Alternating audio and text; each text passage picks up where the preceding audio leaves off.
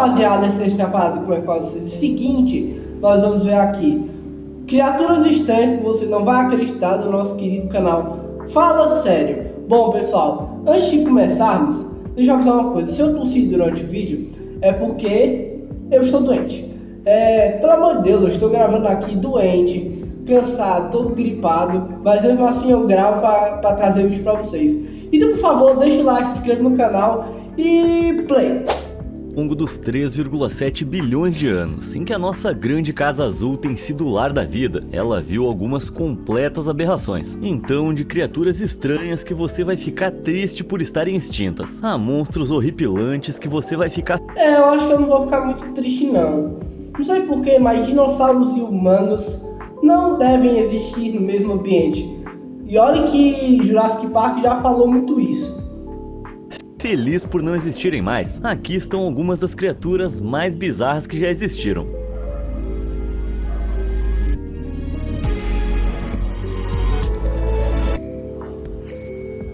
Ó, a intrusinha é maneira, tá? Macacavalo. Que porra é essa? Cavalos são engraçados. Quanto mais eu observo, mais estranhos eles parecem. E sabe o que mais eu... Não, eu acho que o cavalo até bonitinho, velho. Tirando a parte de que ele tem um negócio do tamanho de uma cenoura, é estranho, mas tirando isso, velho, é bonitinho. Eu acho perturbador os gorilas, então eu certamente ia detestar se existisse algum tipo híbrido dos dois. Bom, o fato é que isso existiu, mas felizmente a gente perdeu isso por alguns milhões de anos. O Anisodon, conhecido anteriormente como Calicotherium grande, era um mamífero pré-histórico com um corpo enorme de cavalo e gorila. Essas feras pesavam tanto quanto uma vaca de hoje em dia e atingiam 1,80 m de altura, ativo durante o período Mioceno tardio, entre 5 e 23 milhões de anos atrás. Peraí, é engraçado, velho, porque tipo assim, eu entendo que esses coisas existem e tal, mas mano, quem foi o filho da puta que tipo assim, não filho da puta, mas o cara que tipo assim, pegou esse osso, porra, essa parece um cavalo, que um corpo de gorila, que what the fuck? Deve ter sido muito estranho, o primeiro cara que viu um fóssil disso, imagina. Mas que droga é esta? Tá ligado? Essa família de aberrações era nativa da Europa, onde eles pastavam na vegetação. O Anisodon tinha pernas traseiras curtas com cascos, tipo um cavalo de hoje, mas seus antebraços eram longos e fortes, como os de um gorila. Em vez de cascos, os braços terminavam com garras afiadas que eram dobradas para dentro enquanto ele andava. Então ele se apoiava sobre os nós dos dedos, que nem um macaco. E você não ia querer dar de cara com um desses, porque essas garras eram... Eu não duvido que algum humano já tenha matado esse bicho aí. Mas, cara, esse humano tem que ser forte pra burro, viu? Excelentes armas defensivas. Com tamanho, força e poder, havia muito pouco que pudesse ameaçar esse cavalo gorila no seu apogeu. Na verdade, ele só foi extinto no início do período Plioceno, devido à combinação mortal de novos predadores mais eficientes e mudanças climáticas. Imagina como o hipismo ia ser muito mais legal com essas criaturas. É isso que eu pensei, velho. Imagina nós montados nesses bichos, tá ligado? Está basicamente usando o bicho pra lutar e correr ao mesmo tempo, seria foda. Mais ou menos, né, que seria meio conceito anti-animais, os caralho, mas seria engraçado. Boca suja. Uma vez já me disseram que não sai nada que preste da minha boca, mas eu não sou a primeira criatura com esse problema. Prepare-se porque esse é o Sacoritos, uma coisa do início da Era Cambriana, que tinha uma boca grande e não tinha ânus. Já entendeu o que eu tô dizendo, né? É provável que esse saco doentio se alimentasse e excretasse pelo mesmo buraco. Espero que ele não tenha papilas gustativas. Felizmente, os Sacoritos tinham apenas um pouco mais de 1 milímetro, então você não ia ter uma boa visão daquele rostinho assustador. Por outro lado, eles viviam no fundo do mar, então mesmo que estivessem por aí hoje, seria difícil de encontrá-los. O estilo de vida real dos Sacoritos é envolto em mistério. Os cientistas até acreditavam que era o nosso... Mano, eu acho que tipo assim, esse bicho deve ser meio que uma água viva digievoluída, tá ligado?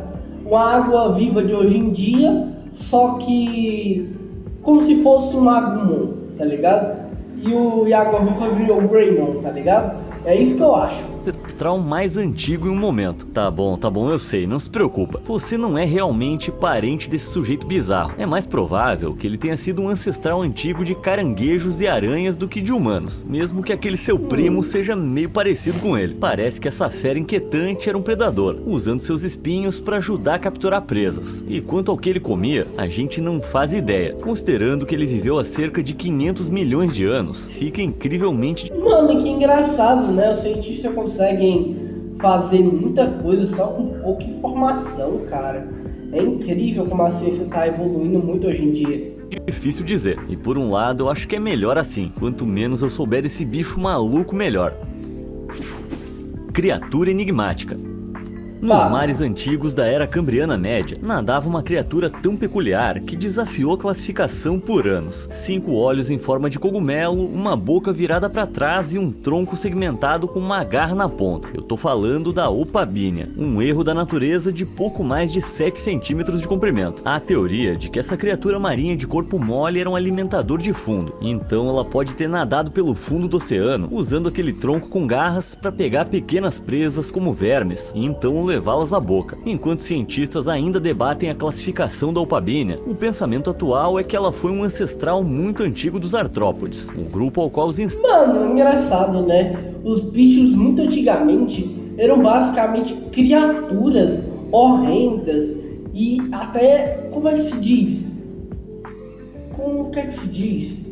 Criaturas basicamente monstros mesmo, tá ligado? É meio estranho, né? Insetos e crustáceos pertencem, e não dá pra realmente culpar os especialistas por não saberem onde colocar essa coisa. É só olhar pra ela, né? E de maneira infame, quando a espécie foi descrita pela primeira vez em uma apresentação em 1975, foi recebida com risadas histéricas dos cientistas. E eu nem acho que seja tão engraçado assim. As opabíneas provavelmente foram extintas no final da Mano, pra mim parece mais um cogumelo que qualquer outra coisa. Era Cambriana por conta de mudanças ambientais, privando o mundo de uma das suas criaturas mais confusas. Descanse em paz, sua esquisitona. Ornitorrincossauro. O período Triássico também pode ser conhecido como a Era do Estranho, após uma extinção colossal, conhecida como a Grande Morte. Há cerca de 252 milhões de anos, grande parte da vida teve que essencialmente começar do zero, levando a alguns experimentos malucos da mãe natureza. Um desses experimentos foi o Eretmoripes, um estranho réptil marinho que tinha um corpo longo como um lagarto, nadadeiras como as de uma foca e um bico como o de um ornitorrinco. Como se isso não fosse estranho o suficiente, suas costas eram adornadas com placas semelhantes às do estegossauro, e ele tinha uma cabeça... Acho que basicamente os dinossauros estavam meio que passando pelo processo de adaptação depois do meteoro, pra mim. Eu acho que ele começou a se adaptar, a ficar mais aquático, ou para tipo assim, andar na terra com um pouco mais de tranquilidade. Pra mim eu acho que foi isso, velho. Pequena com olhinhos minúsculos. Não consigo não pensar no quão bizarro esse cara era. E inútil. Apesar das nadadeiras, ele provavelmente era um péssimo nadador, devido ao seu corpo longo e ossudo e a visão terrível. E com aproximadamente 70 centímetros, ele não era exatamente intimidador. Acho que a gente pode dizer que se essa coisa existisse em qualquer outra era, ela simplesmente nunca teria sobrevivido. Mas felizmente para esse pequeno bicudo, ele viveu no Triássico. Havia muito pouca competição nesse mundo pós-extinção em massa, e todos os nichos estavam disponíveis. Mas dado o quanto ele era ineficiente, o que ele fez para sobreviver? Bem, assim como os ornitorrincos de hoje, o Eretmoripes tinha um grande buraco no meio do bico. Os ornitorrincos abrigam receptores especiais ali, que lhes permitem caçar em baixa visibilidade, detectando o movimento das suas presas e todos os pequenos sinais elétricos que os seus músculos emitem quando se... Mano, é muito interessante como as criaturas de hoje em dia tem ainda certos instintos de dinossauros, estegossauros, essas paradas assim, tá ligado? Traem. Então é provável que esse réptil pré-histórico tenha feito a mesma coisa, só que com um pouco menos de sucesso, né? Já que ele tá extinto. O tubinho. Os mares do período Cambriano Médio estavam cheios de criaturas nojentas. Esse verme grotesco é a Otoia, uma besta carnívora escavadora que agarrava presas infelizes usando a sua boca de tubo esquisita. Nojento demais, parece um pesadelo. Felizmente, essas... Eu não tenho muito o que falar sobre essa daqui não, porque, mano, me parece mais um... Como é que é o nome? bicho. Aquela minhoca mesmo, minhoca, parece minhoca, velho. Esquisita, nojento demais, parece um pesadelo. Felizmente, essas criaturas não eram os enormes monstros de ficção científica que você pode imaginar, já que tinham apenas 15 centímetros de comprimento. Mas eu imagino Mas se fosse maior, a gente tava muito fudido, velho. que isso não tenha sido muito consolo para as pobres criaturinhas que a Otoia engolia. O animal horrível, na verdade, é um ancestral antigo dos vermes priapulidas modernos, que, pra falar a verdade, parecem uma outra coisa. Mas deixa pra lá. Para caçar, a Otoia cavava uma toca em forma de U no fundo do mar e se escondia lá dentro com a cabeça para fora. Então, quando a presa se aproximava demais, ela estendia sua probóscide, aquele tubo terrível que eu mencionei. Usando esse tubo, a nossa amiga grotesca agarrava a criatura desavisada e a arrastava em direção à boca antes de engoli-lo de cabeça. Mas a Otoia não era exigente, ela vasculhava sobras sem problema se fosse preciso, e ela até praticava canibalismo se a comida estivesse escassa, uma característica compartilhada por vermes priapulidas de hoje. E eu que achava que isso não podia ficar mais bizarro. Pô, não é? Abominação Antártica. O que é isso? Ok, então a Terra pré-histórica abrigou um verme rastejante há cerca de 500 milhões de anos. Grande coisa. Criaturas aterrorizantes como a Otoia foram relegadas à lata de lixo da história, certo? Errado. Digo lá o verme de escama da Antártida. Meu Deus, que bicho é esse? Espreitando a estonteante Pra mim parece um pano velho. Parece a porra de um pano velho. 600 metros abaixo da superfície do oceano. Ai, rapaziada, desculpa falar tanto palavrão, que eu tenho que começar a me policiar durante isso. Antártico agora mesmo. O verme de escama é uma criatura predatória das profundezas do mar, que recebe esse nome por causa daquelas escamas horríveis que parecem dentes cobrindo seu corpo. Não que elas sejam a parte mais horrível dessa criatura, que é a sua cabeça. Digo, não, isso não é a cabeça. Na verdade, essa é uma probóscide retrátil que o verme de escama consegue desenrolar, como algo saído Então é a mesma coisa do outro. Então é basicamente uma evolução. do filme Alien. Ele estende essa probóscide e a utiliza para agarrar qualquer presa infeliz que se aproxime, antes de despedaçá-la com aquelas partes afiadas da boca. Lembra um pouco a nossa velha amiga Otoia, mas ao contrário da Otoia, os vermes escamados têm essas cerdas douradas bizarras correndo ao longo do corpo. Elas são chamadas de chaete e ajudam a impulsionar os animais abomináveis pela água, bem como enterrá-los dentro do sedimento para esperar Como eu falei, uma evolução. pela presa. Aterrorizante.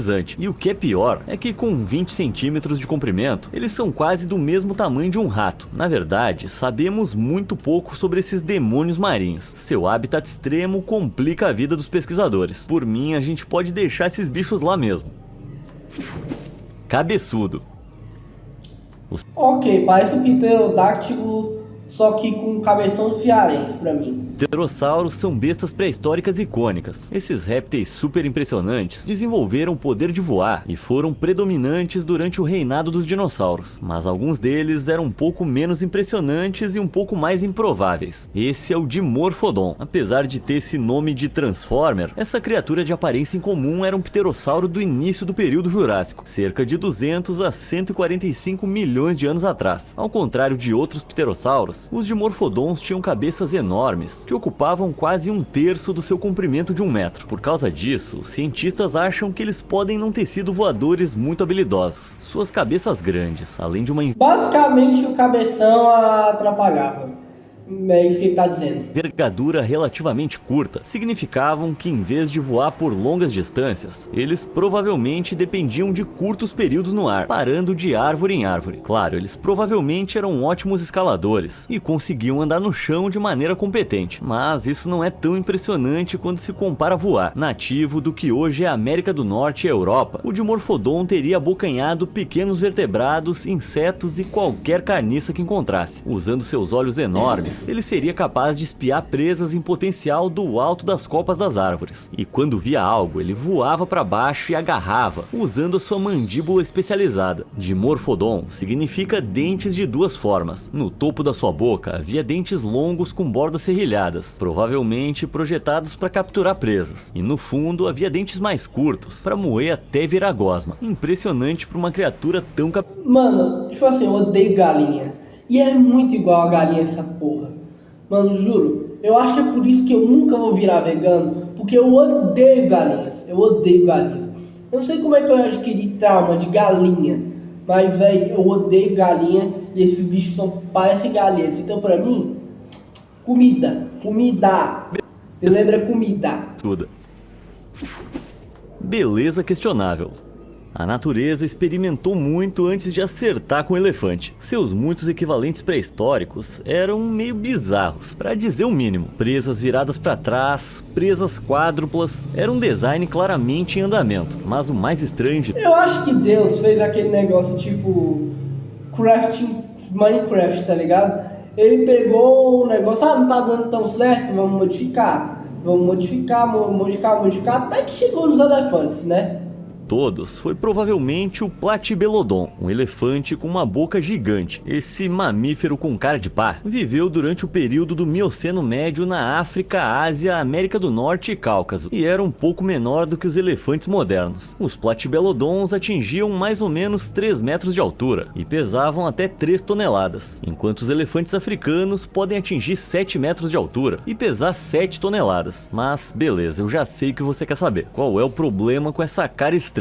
Não fica triste, bichinho. Todo mundo questiona minha cara também. Bem, os pesquisadores acreditavam que esses caras moravam em pântanos. Então a teoria era que essa fera usava suas presas achatadas para arrancar a vegetação do pântano e levá-la até sua boca. Uma ideia sensata, claro, mas isso não é mais considerado algo preciso. Hoje em dia é aceito que o Platybelodon se alimentava de folhagens e pequenas árvores, usando suas presas para arrancar cascas ou até mesmo serrar galhos. Tipo um... Como eu falei, um elefante comum de hoje em dia.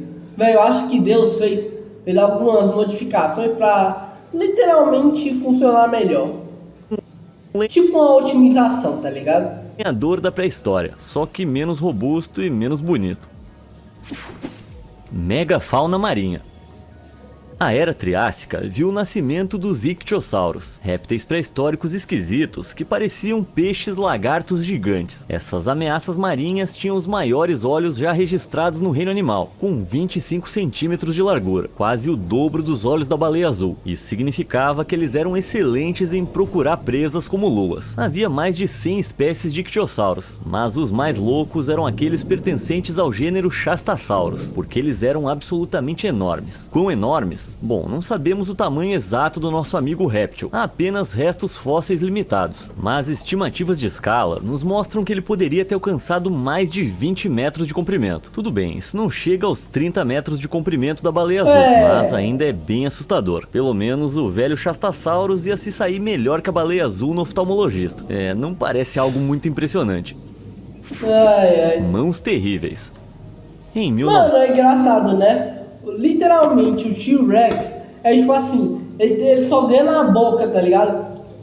Tá ligado? Porque os braços dele é tudo assim, muito pequenininho, velho, mano. Meio bosta, né? Não é que é bosta, é porque, mano, como que o cara vai usar as mãos com mãos de bebê, basicamente, velho? 1965, uma equipe de pesquisa na Mongólia descobriu esse fóssil horripilante, com aproximadamente 2 metros de comprimento. Estes são os maiores braços de qualquer dinossauro já encontrados. Para colocar isso em contexto, isso significa que cada um deles tem o mesmo tamanho de Robert Wadlow, o homem mais alto que já viveu. Naturalmente, o pensamento imediato das pessoas foi de que os ossos do braço pertenciam a algum monstro predador aterrorizante, um carnívoro de pesadelo, que agarrava sua presa e a despedaçava com as próprias mãos. Porém, a realidade viria a ser ainda mais estranha. Na verdade, os ossos pertenciam a algo chamado Deinoqueiros, e era o dinossauro mais bizarro de todos os tempos. Esse onívoro do Cretáceo tardio tinha 5 metros de altura e cerca de 10 metros de comprimento, mais longo do que um ônibus de Londres. Coberto por penas, ele ostentava um bico de pato estranho, corcunda irregular, barriga de cerveja... Cara, é por isso que eu não gosto de galinha, mano. Essas porra lembram dinossauro, eu acho que eu tenho um trauma. Eu não sei o que aconteceu comigo, eu ainda tenho que me lembrar, mas eu odeio galinhas. Eu não sei porque caralho eu odeio galinhas, mas que bicho estranho da porra. Vontade de, sei lá, matar esse bicho e assar. pescoço longo, então ele não era apenas enorme, mas bem desengonçado. Não que ele se importasse. Esse garotão era tão grande que só precisava se preocupar em ser caçado por enormes tiranossauros. De resto, nada mais poderia pegá-lo. Então, qual é o problema desses braços? Bem, o Deinocheirus provavelmente se alimentava de peixes e vegetação. Então, os braços longos e com garras o teriam ajudado a cavar e coletar plantas. Não é exatamente o monstro que se pensava originalmente. Pedras encontradas perto de onde o seu trato digestivo estaria sugerem que ele as engolia para moer a folhagem na sua moela, bem como para tirar as escamas dos peixes. E aquele bico largo de pato faz sentido para ajudá-lo a pegar o dito peixe, e ele pode ter armazenado essa gordura na sua corcova em tempos de escassez. Então todas essas características esquisitas no fim fazem muito sentido, mas ele ainda não parece um dinossauro para mim. Eu diria que tá mais para um pato-urso alienígena. Aqui, rapaziada, bora lá. Há muito tempo, nas profundezas das ondas turbulentas da Era Cambriana, nadava um predador de ápice arrepiante, com apêndices agarradores assustadores, olhos enormes e uma boca circular cheia de dentes afiados como navalhas. Este era o Anomalocaris, ou o camarão anormal. E não sei vocês, mas eu achei esse nome meio besta para uma fera tão assustadora. Bem, inicialmente, apenas um dos apêndices da fera foi descoberto, e os cientistas pensaram que estavam olhando para uma espécie estranha de camarão pré-histórico. Hoje em dia, eles estão mais informados e sabemos que, embora o Anomalocaris tenha sido um artrópode primitivo, ele não era um camarão. Para começar, um camarão não seria capaz de morder o seu dedo. Acreditava-se que ele caçava trilobitas no fundo do mar, mas provavelmente essa coisa caçava organismos de corpo mole, como vermes. Ele pegava criaturas desavisadas usando suas garras e as colocava diretamente na boca, onde seriam trituradas. Além disso, o sujeito é engraçado como essas coisas de CGI é muito... Tá dentro do mar, é muito bizarro, velho. Mal tinha uma das melhores visões já conhecidas, superada apenas pela libélula. E isso ajudou Anomalocaris a se tornar um dos primeiros super predadores, dominando as águas com a sua visão incrível e velocidade hábil. Isso teria forçado outras criaturas a se adaptarem para sobreviver, e provavelmente ajudou a dar início à corrida armamentista evolutiva entre predador e presa, que viria a moldar a vida na Terra. Caramba, o negócio foi sério mesmo. Especula-se que esse pseudo-camarão atingia comprimentos de aproximadamente 30 centímetros. Isso sem incluir os seus apêndices e a cauda. Apesar de não parecer muito grande, a gente tá falando de 500 milhões de anos atrás. Então era um dos maiores seres vivos da época. E eu fico muito feliz em viver nesse momento. Com esse meu corpo flácido, eu não ia durar nada no Cambriano com esses caras por perto. Eu ia conseguir durar um pouquinho, mas sei lá. Desproporcional. Na Terra sem lei do Triássico, onde tudo acontecia, não importa o quão estúpido fosse, vivia o Tanystropheus, nativo do que hoje é Europa, Oriente Médio e China. Esse réptil... Só digo uma coisa, ele não ia durar com humanos não, porque se a gente pega uma faca e dá no meio dele, ele morre na hora, velho, se a cabeça, porra. De aparência desequilibrada, tinha aproximadamente 6 metros de comprimento, com quase metade disso sendo seu pescoço. Os cientistas acham que o Tanystropheus era semi-aquático, passando parte da sua vida em pé na costa, esticando seu grande pescoço como um pescador amador. O pescoço escandalosamente longo significava que ele podia pescar da costa, sem nem mesmo ter que entrar no mar. O resto do seu dia a dia era gasto abaixo das ondas, chegando bem perto da sua infeliz presa, peixes e lulas pré-históricos. Ok, eu entendi o objetivo do pescoço, mas precisava tanto? Pois é, a evolução também pensou assim. O pescoço é um ponto vulnerável para a maioria dos animais. Uma coisa é um dinossauro de 12 metros de altura. Mano, é engraçado, né? Porque nós humanos temos o senso primitivo de matar, acertar o pescoço. Mas, mano, é o ponto vital de qualquer criatura, mano. O Brachiosaurus tem um pescoço longo. É algo seguro considerando que o animal é enorme, mas em um animal muito menor, como o Tanystropheus, que tinha só 60 centímetros, o pescoço era um alvo fácil. De fato, os paleontólogos descobriram vários fósseis com grandes marcas de mordidas retiradas dos pescoços. E assim, o nosso amigo excessivamente pescoçudo não prosperou. Durou mais ou menos 20 milhões de anos. Isso parece muito, mas em termos de longevidade da espécie, definitivamente não é. Comparando. Peixe de batom.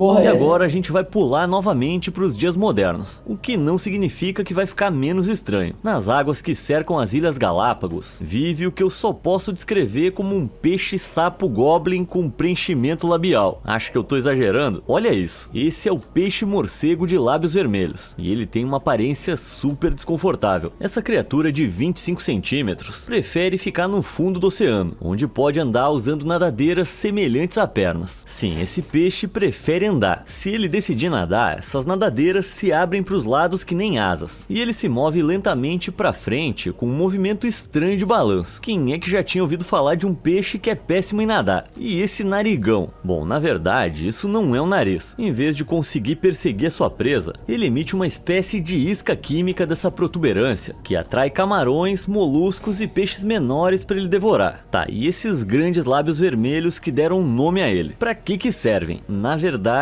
não se sabe. Alguns pesquisadores acreditam que esses lábios rosados são usados para atrair parceiros, mas é preciso mais trabalho para descobrir a verdade. Só sei que essa boca os deixa muito glamurosos. É. Nome equivocado. O Basilosaurus, que significa lagarto-rei, foi um dos répteis mais aterrorizantes que já existiram e um dos predadores Olhos vermelhos, maneiro. mais mortais de sua era. Um réptil marinho, ele vasculhava os oceanos em busca de presas durante a era dos dinossauros, enquanto... não. Peraí, acontece que o nome lagarto-rei é incrivelmente impreciso. Inicialmente, o Basilosaurus foi classificado incorretamente. Na verdade, ele era um mamífero, a primeira baleia a viver inteiramente no mar. Isso mesmo, Vixe. as baleias, ou pelo menos os seus ancestrais, já foram pequenos habitantes peludos da Terra que passavam muito tempo Nossa senhora, imagina baleias aqui na Terra. por dentro e ao redor da água. Ao longo de milhões de anos, eles passaram cada vez menos tempo em terra firme, à medida que perdiam seus pelos e suas garras se transformavam em nadadeiras. Além disso, águas ricas em nutrientes permitiram que ganhassem massa, crescendo substancialmente em tamanho. O Basilosaurus apareceu pela primeira vez totalmente evoluído no período Eoceno Médio, onde era um predador de ponta. Então, era definitivamente um rei, mas não era um lagarto. E sem surpresa, essa baleia antiga era enorme. Elas podiam crescer até incríveis 18 metros de comprimento e caçavam tubarões, peixes grandes e até mesmo outras Caramba! baleias pré-históricas. Mas ao contrário das baleias modernas, ela não estava equipada para águas mais profundas, passando seu tempo mais perto da superfície. Aquilo, tipo assim, ir mais pro fundo acaba que meio que ferra algumas espécies, velho, se eu não me engano. Além É disso, alguma coisa sob pressão, um peixe não durar tanto, sei lá como é que é o nome. Agora eu não lembro. apesar de todo o seu poder e ameaça, ela provavelmente era meio idiota. Seu cérebro era pequeno em comparação com seus descendentes, então é improvável que tenha evoluído as capacidades sociais das baleias e dos golfinhos que conhecemos hoje. Duvido que algo tão assustador como isso fosse conseguir fazer muitos amigos. Face da aberração. Ok, agora a gente volta pro Triássico para ver outro esquisitão. O Atopodentatus foi o primeiro réptil marinho conhecido por ser herbívoro, mas eu aposto que as primeiras coisas que chamaram sua atenção foi o seu corpo ondulado de 3 metros de comprimento e esse rosto em forma de martelo. Acredita-se que o formato peculiar permitia que o Atopodentatus raspasse efetivamente algas e vegetação do fundo do mar, usando longas fileiras de pequenos dentes semelhantes a um cinzel. Depois de sugar a larva, os dentes agiriam como um filtro, permitindo que a água fosse empurrada para fora de sua boca, enquanto mantinha comida dentro. Originalmente, os pesquisadores estavam convencidos de que esse cara parecia ainda mais anormal. Em vez de uma cabeça de martelo, foi sugerido que ela tivesse mais o formato da de um flamingo, com dentes tipo zíper no meio. E isso é estranhamente assustador. Acontece que esse não era o caso. O primeiro crânio de Atopodentatus que foi descoberto foi esmagado e deformado, dando uma falsa impressão. Não que a coisa real seja muito menos estranha. Embora tenha passado a maior parte da sua vida na água, também era perfeitamente capaz de passar o tempo em terra, embora corresse o risco de ser comido por grandes arcossauros. Verdade seja dita, ele também não se saiu muito melhor nos mares. Ele não tinha uma maneira adequada de se defender dos ictiossauros. A espécie foi extinta após apenas 7 milhões de anos. E fraco demais. Ok, para a duração de uma espécie é muito pouco. Girafa voadora. De acordo com todas as leis conhecidas da aviação, não tem como uma abelha conseguir voar. Quer dizer, pelo menos de acordo com o B-Movie. O que, claro, significa que é um absurdo. Agora, seria muito mais impressionante essa fera aqui voar. Conheça o Quetzalcoatl. Ok, mano. Que bicho que parece galinha, me dá muito medo. Eu não sei por que caralhos, velho. O maior animal que já voou. Mas de que tamanho a gente tá falando? Boa pergunta. Com impressionantes 5 metros, esse pterossauro enorme tinha quase a mesma altura de uma girafa, e a sua envergadura máxima é estimada em 11 metros, quase o mesmo que um jato de caça. Só com uma diferença: essa coisa conseguia voar sem motores. Devido ao seu tamanho enorme, ele precisava dar um salto inicial, mas ao saltar casualmente 2 metros no ar, suas asas poderosas poderiam fazer o resto e levá-lo para o céu. O gigante, parecido com um pássaro, estava por aí durante o final do período Cretáceo, e ele caçava no chão, atacando pequenos vertebrados, como dinossauros bebês, além de arrancar peixes e crustáceos de riachos, como se fosse uma garça gigante. Caramba, imagina ter um réptil do tamanho de uma girafa vindo na sua direção com aquele bico gigante. Não tem como pensar em algo mais assustador. Talvez alguém lá... Mano, é por isso que, tipo assim, é muito burrice tentar recriar dinossauros. Mano, se eu não me engano, eu vi uma pesquisa, eu não sei aonde. Mano, tentar recriar dinossauros é muito burrice. Pelo menos hoje em dia, eles seriam mutantes, velho. Em cima tenha concordado comigo e decidido lançar um meteoro do tamanho de uma cidade na Terra para garantir que esse problema fosse resolvido de vez. Bom, não sei vocês, mas pra mim já deu de aberrações por hoje. Qual desses caras você achou mais estranho? Me conta aí nos comentários. As baleias, com certeza. Bom, pessoal, esse foi o vídeo. Espero que tenham gostado. Deixa o like e tchau.